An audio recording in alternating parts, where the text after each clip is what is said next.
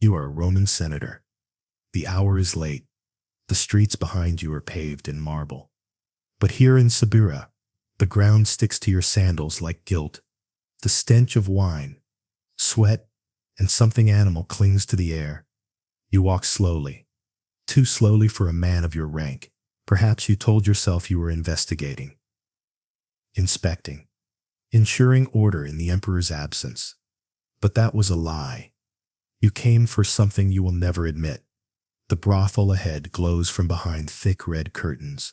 Its laughter spills out like blood from a wound. You are about to pass, to keep your oath and your name intact. Until you see her, a figure in the doorway, standing beneath a torch that flickers like it fears her.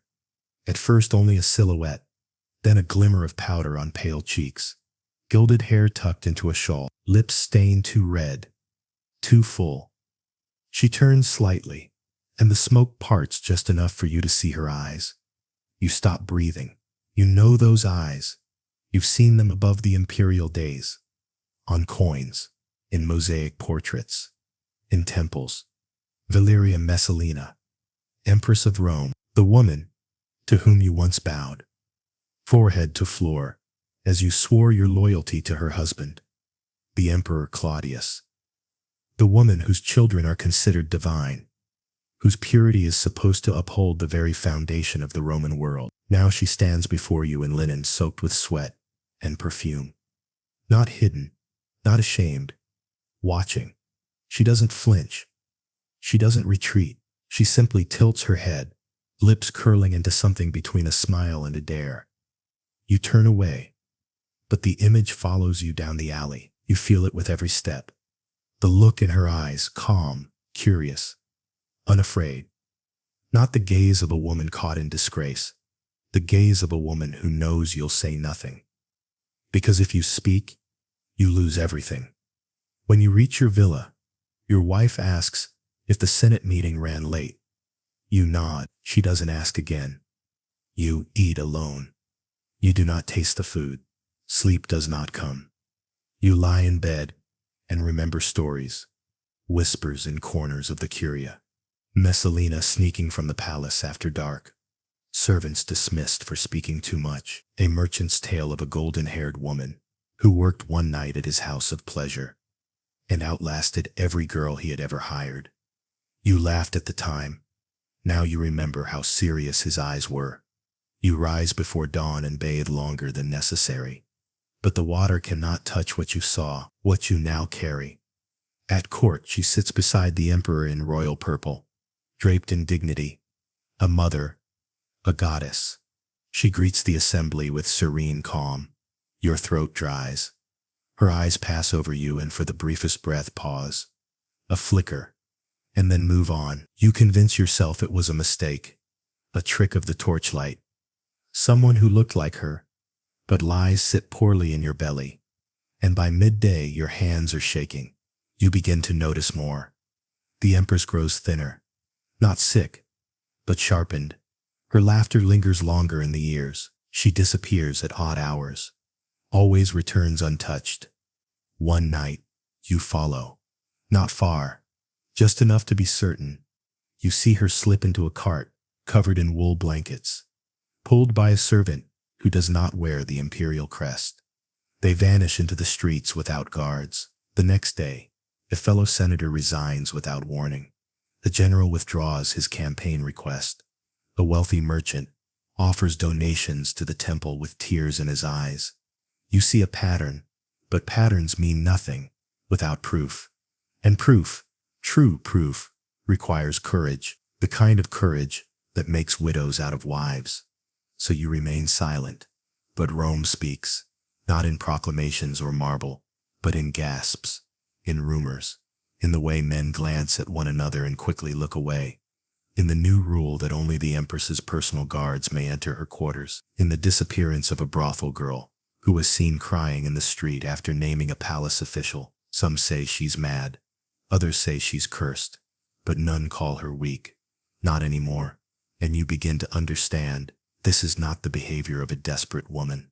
This is strategy, war. Every night, she trades dignity for dominion. She wears shame like armor. She offers herself to the lowest men not because she must, but because she wants to. Because humiliation, when chosen, becomes power. Because no one can touch you if you have already crawled through the dirt and named yourself clean. Because if the Empress of Rome can outlast 30 men in a Subura brothel and return to her throne by morning, what threat can any senator possibly pose? You see it clearly now. Her descent is not collapse. It is conquest. The palace becomes a theater. Her body, a stage. Her smile, a script. And all of Rome, the audience, captive, complicit, silent. You want to speak. You want to warn the emperor. But Claudius loves her. Or perhaps he fears her. Perhaps he too has seen what lies behind the veil and chosen silence over truth. So you watch and you wait, and some nights you return to the same alley, not to see her, just to remember, just to feel the cold breath of power, clothed in shame. She no longer appears. The curtain is drawn tighter now. The lamp burns dimmer, but even in her absence, she rules this place. You tell yourself it was just one night, one mistake, that she has returned to the role history wrote for her. But in your heart you know, she did not fall. She stepped down, slowly, deliberately, into the filth, so that no one could ever push her again. And Rome let her, because Rome understood. Better to be ruled by a monster you cannot name, than to admit that your empire bows to a woman who found power not in blood, but in surrender. You say nothing, but inside her smoke still clings to your lungs. You are Lucilla, 15 years old, the daughter of a Roman senator. Your hair is long, your Latin perfect. You have never spoken back to your father. You've never raised your voice, even when your mother cried behind closed doors. You are in every way what they call a good Roman girl. So when the invitation arrives, sealed in imperial wax, your family rejoices. You are to be sent to the palace for refinement, for education, perhaps even for marriage. Your father kisses your forehead for the first time in years. Your mother weeps with pride. You are told to wear white at the gates of the Palatine. You wait with 4 other girls, all of you dressed the same, all of you noble, all of you smiling, because none of you understand what waits beyond the gold doors. Inside, a woman in violet robes greets you. She does not give her name. She calls you Petals. She tells you the Empress believes in preparation, that purity is not enough, that a daughter of Rome must be taught how to truly serve the gods. You are led down a long corridor. Your sandals click against marble. You pass statues of Venus, of Juno, of Diana, but they do not smile at you. Their eyes are blank, cold. The chamber is round, windowless, lined with mirrors. The ceiling glows with hundreds of small oil lamps. A soft floral scent fills your nose, but it doesn't comfort you. It clings. You are told to remove your jewelry, then your tunic. You hesitate. The woman in violet does not shout. She just waits. So you obey. One by one, the other girls follow. You are bare before strangers, but you pretend you are not. You stare into the mirror, but you don't recognize the girl looking back. She looks afraid. The lessons begin at dusk. You are taught how to kneel, where to place your hands, how to speak with your eyes downcast, but not dead, how to smile without showing teeth, how to endure touch without flinching. You do not ask why. You do not ask what for. When you whisper questions to the girl beside you, Isabella, she only shakes her head. Later that night, you find her bed empty. They say she was sent home, but no one speaks her name again. On the 3rd day, the woman in violet brings in men, not to touch, not yet, to observe. They sit in shadowed alcoves, eyes sharp, mouths still. You are told to walk, to bow, to serve wine while barefoot, to laugh, but not too loudly. You spill once. You do not eat that night. They call it training. You call it fog, a place where hours blur and mirrors echo your breath back at you, where the light never changes, where names fade. One morning the Empress comes. She does not enter with drums or guards. She slips in like smoke, alone. Her gown is simple, her hair unbound. You almost mistake her for another girl until she speaks. Her voice is low, not cruel, but carved from something ancient. She looks at each of you, not with warmth, not with contempt, with calculation. She walks the circle slowly, stops behind you. You do not turn. She touches your shoulder. You will do well, she says. Your body goes still. Your eyes burn. That night, you dream of home, of the lemon tree by your window, of your brother's laugh. But when you wake, the scent is not citrus. It is incense and silence. They begin bringing guests. Not many, one or two, always masked, always silent. They are told your names. You are not told theirs. Each visit begins with ceremony. Each ends with confession. You are made to kneel before a statue of Venus. You are told to thank her for your beauty, for your body, for your usefulness to Rome. You don't feel thankful. You feel hollow. You begin to forget the days of the week. You forget what season it is. Your body changes, but you don't celebrate. No one here speaks of womanhood like a gift. Here, it is a currency, a contract, a curse. Sometimes you think of leaving, but you know better. You've seen what happens to those who disobey. They do not scream. They do not cry. They simply vanish. You ask the woman in violet once why the Empress does this.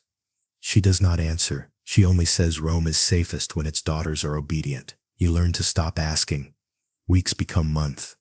You are no longer trained. You are offered, carefully, selectively, to men who swear loyalty in return for silence, to senators who need reminders, to generals whose desires outweigh their discipline.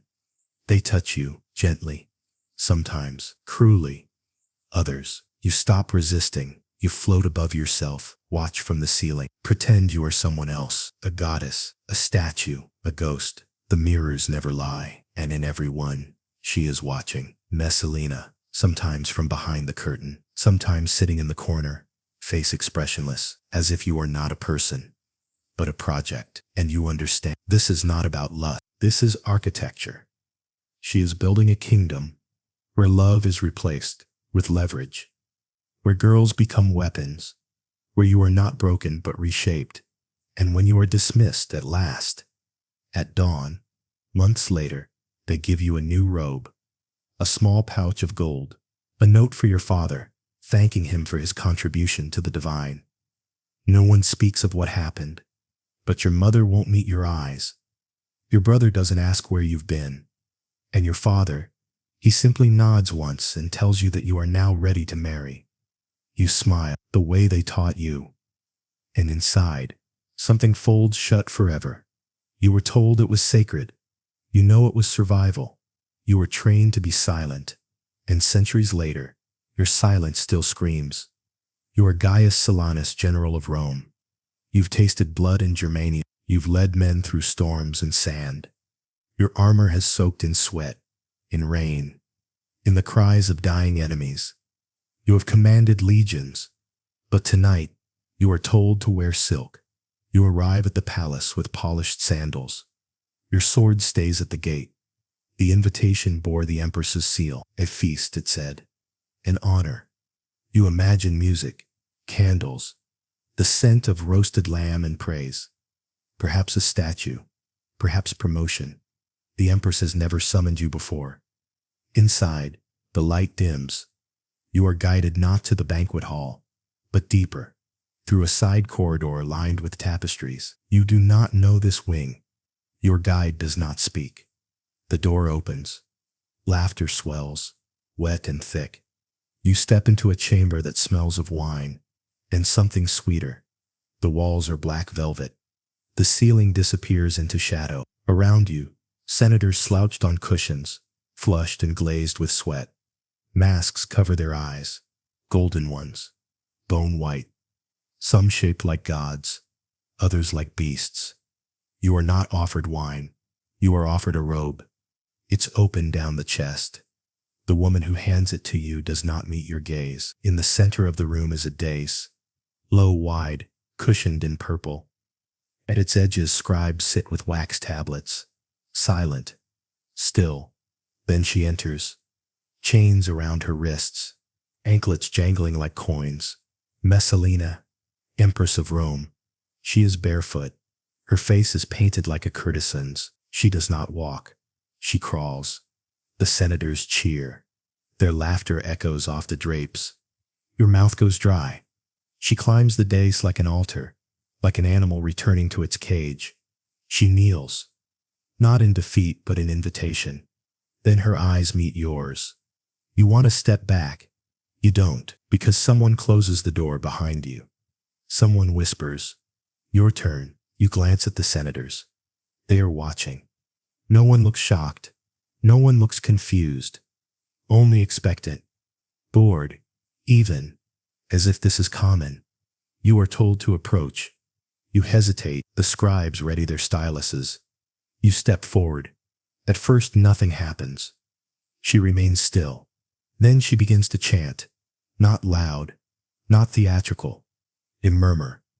Something sacred in sound. Profane in purpose. You are told to repeat after her. You do. You are told to touch. You do. You do not know when it changes. When ritual becomes rhythm. When fear becomes performance. But at some point, the words stop mattering. You are no longer Gaius Silanus, general of legions. You are a performer in the Empress's private theater. The masked men laugh. The scribes write. And she watches you not with shame, but with calculation. She is not broken. She is building something. When it ends, she smiles at you. A small, crooked thing. She leans in and whispers something only you can hear. Now I know what makes you shake. The room erupts in applause. You are helped from the dais by two masked servants. Your robe is returned. You are escorted not to your quarters, but to a bath. The water is cold. The scent of her lingers on your fingers. You ask no questions. You do not protest. Because as the door closes behind you, you understand what this was. Not lust, not madness, leverage. The next morning, you receive a scroll, sealed with the Empress's crest. Inside, a single sentence. We trust our general will continue to serve Rome with loyalty. You burn the scroll, but it does not unwrite what was seen. You try to carry on, to return to your men. But when you ride out to the camps, the silence follows you. You see masks in your dreams, chains in the corner of your eye, her voice under your skin. You begin to understand why senators resign so suddenly, why generals offer bribes before being accused, why merchants send daughters to the palace and never speak of it again. Because they were all there. They all wore masks. They all knelt. You begin to see Rome differently, not as a city of stone and valor, but as a theater. Its power, not in swords, but secrets. Its ruler, not in purple robes, but in chains. You hear whispers of other nights, other chambers, of Messalina challenging brothel women to endurance duels, of her watching senators degrade each other for her favor, of young boys and girls trained in silence. You begin to realize there is no line she will not cross, because crossing it is the point. And every time someone bows and obeys, she wins, because it is not the act that matters. It is that you did not stop it, that you remember, that you fear remembering. You return to the Senate. You sit quietly. You vote as expected. You speak when asked, because now you belong to her, as surely as if your name were branded. One evening, you pass another general in the hallway. He does not nod.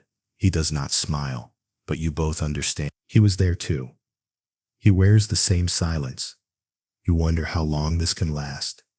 How many can be pulled into her games before something breaks? But no one moves against her. Not yet, because she does not kill her enemies. She uncrowns them. Slowly, quietly, without blood. You receive another invitation. You do not open it. But you do not destroy it either, because you know there is no escape. Only obedience. You were trained to command. Now you are trained to perform. And when your name is spoken, it is not with honor. It is with a knowing glance, a smirk. You were once a general. Now, you are proof. proof that even the strongest men can be brought to their knees. And Rome kneels with you, not in worship, but in fear of what she might reveal next. You are Narcissus, once a slave, now a freedman, not noble by blood, but more powerful than most born into titles.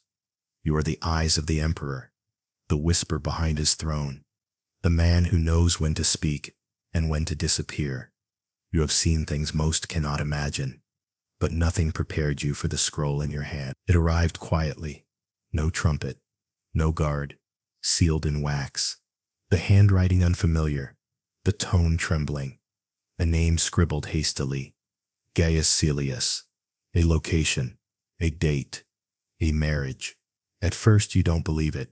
You read the message twice, then a third time. You pace the corridor, the parchment damp in your palm. It cannot be. It must be madness. The Empress Valeria Messalina, wife of Emperor Claudius, married to another man. Not an affair, not a secret tryst, a legal, public, sacred Roman marriage. And the emperor does not know. You do not sleep that night. The air in the palace tastes like rot. The walls feel too close. In the morning, you enter the emperor's chambers with your head bowed low. He is speaking with tutors, discussing grain prices and temple repairs. His voice is calm, his eyes soft. You clear your throat. He looks up. You place the scroll before him. He opens it. And for a moment, just a moment, he is still. Then the shaking begins. His fingers curl. His lips part. He does not blink. He reads the words aloud in a whisper. A wedding, with witnesses, with flowers. He asks if it is true. You nod once. He doesn't weep. He doesn't scream. He simply says, "Kill her." And for the first time in your life, you see what true silence looks like. The orders are carried out swiftly. No trial, no plea, no more mask. Messalina is found in the garden, where she once played with her children. The soldiers hesitate. She begs, then laughs, then begs again. When the sword falls, she does not scream. They say her eyes were still open when they closed the tomb. But Rome does not bury her once. It buries her twice. First the body, then the memory. The Senate meets in secret. They speak of shame, of treason, of madness. But what they truly speak of is fear. They vote unanimously. Her name is struck from every document. Her statues are pulled from temples. Mosaics scraped. Coins melted. Scribes are warned. Artists silenced. Servants disappeared. The people are told to forget. And they do, or pretend to. Because to speak her name is now treason. To remember her is to remember what was done behind those palace walls. What the noble families allowed. What their daughters endured. What their sons performed. What their generals surrendered. You watch the city scrub itself clean. You watch priests chant blessings in chambers she once defiled. You watch senators toast to a purity they know does not exist. And you know it is all a lie. Because you were there. Because you saw the scribes. Because you read the invitation. Because you silenced the girls. And because you remember what she whispered the night before her death. You'll never erase me. Not really, because I was never the problem. I was the mirror, and that is what haunts you. Not the blood, not the whispers, but the truth in her words. She wasn't erased for being perverse. She wasn't condemned for lust. She was erased for pulling down the curtain, for revealing what Rome truly bows to. Not gods, not law, not family, but power. Power through humiliation, power through fear, power through silence. And now she is gone, but her methods remain. The girls are still trained, just in quieter rooms. The generals are still compromised, just more carefully. The scribes still write, but only what they're told. You walk the halls and hear no laughter, no breath, only echoes. The emperor rarely speaks of her now. He has remarried. He smiles more, but his eyes never rest. Sometimes you catch him glancing at a tapestry she once favored, only to look away, fast, as if burned. You know why? Because ghosts cannot be buried in earth, only in memory. But some memories refuse the grave. You have kept one thing, a single ring. Hers. You found it in the fountain where she once dropped it laughing, swearing it was cursed. You keep it in a box behind your bed. You don't wear it. You don't show it. But some nights, you open the box and look, and when you do, you see her in the smoke again. The woman who crawled through Rome's filth with a crown on her head and a dare in her smile. She ruled not through law or steel, but through what no man could unsee. She became the thing they feared most, the woman unashamed, and so they buried her. Twice. But they could not bury the fear she left behind, because Rome still trembles when girls walk with their heads held high, still punishes those who speak too freely, still forgets what it cannot control. And you remain in the shadows, the keeper of secrets, the man who ended her reign. And every time the wind shifts through the gardens, rustling the leaves where she once knelt, you feel it again, that she is not gone, only waiting, because some women die once, but the dangerous ones, the ones who saw too clearly, they are buried twice, and still they breathe.